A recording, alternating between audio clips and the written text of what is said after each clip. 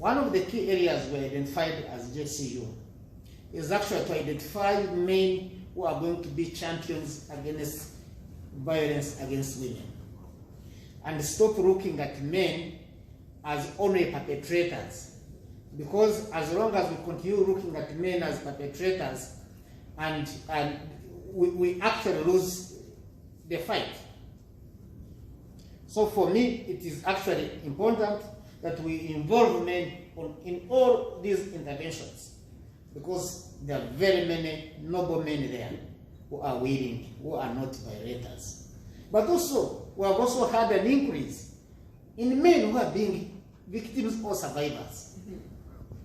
And this has not come out, because by nature, you know, I don't know, for example, if my friend here would be comfortable to go to the police and report that my wife actually abused me. Very few of us as men would actually do that. And yet, the reality is that men are being abused seriously. Seriously abused. I want to share with you one example of a case that ended up actually in murder. The man had gone through a series of abuse.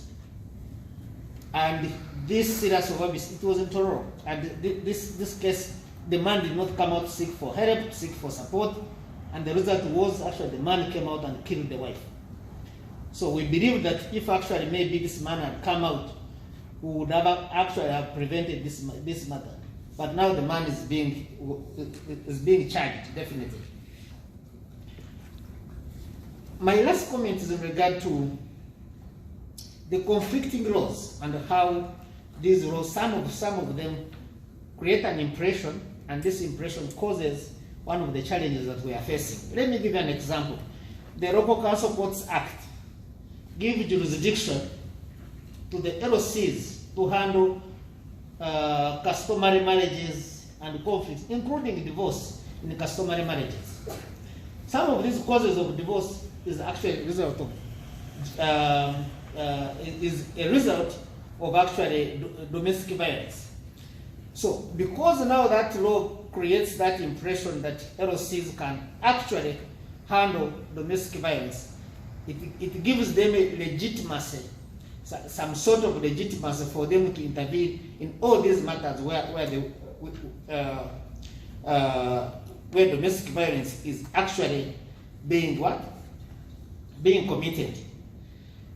Judicial officers, I want also to really support and give an example of the great work done by judicial officers.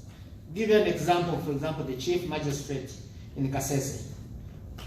We handle cases there, but every time we bring, if it is a case of GBV, is given priority number 1 to be handled and attended to.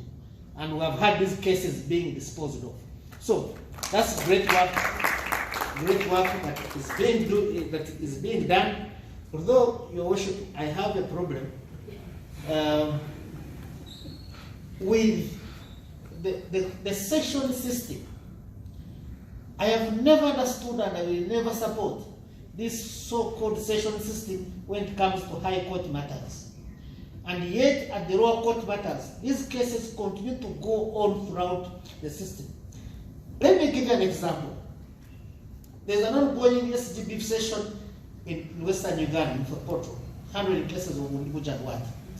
There is a case where someone had even made a charge and caution statement admitting to have committed a crime. This case stayed in the system for 4 years.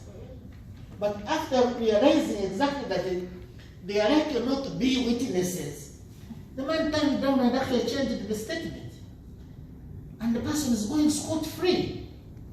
So for me, we are creating this situation. We have so many challenges. These challenges are real. And we need to work through these challenges, because some of them are systematic, exactly.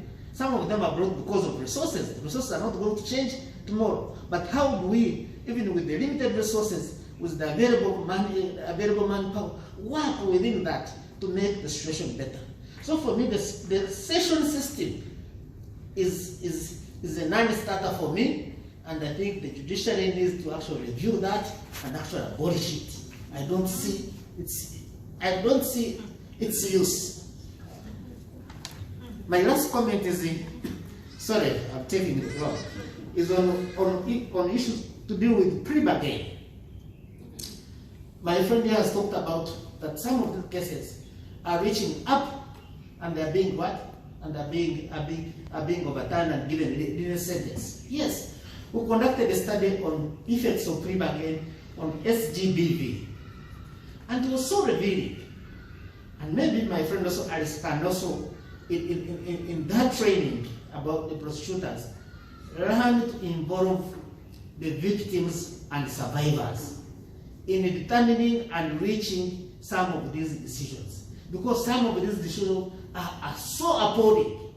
I know we are trying to talk a lot of backlog cases, but we should not actually do injustice in the name of trying to clear a backlog. When a victim has been defiled and then as a result of pre-bargaining, someone is given a 5-year sentence, or sometimes 2 or 3 year sentence. Surely that's the greatest injustice that we should not encourage in the name of pre-bargaining, because the victim, the effect on the victim is some of them are actually permanent on this victim. So for me, it is something that we need continuously work as a general sector, as colleagues within, but try to work within the available resources to make our situation better. Thank you.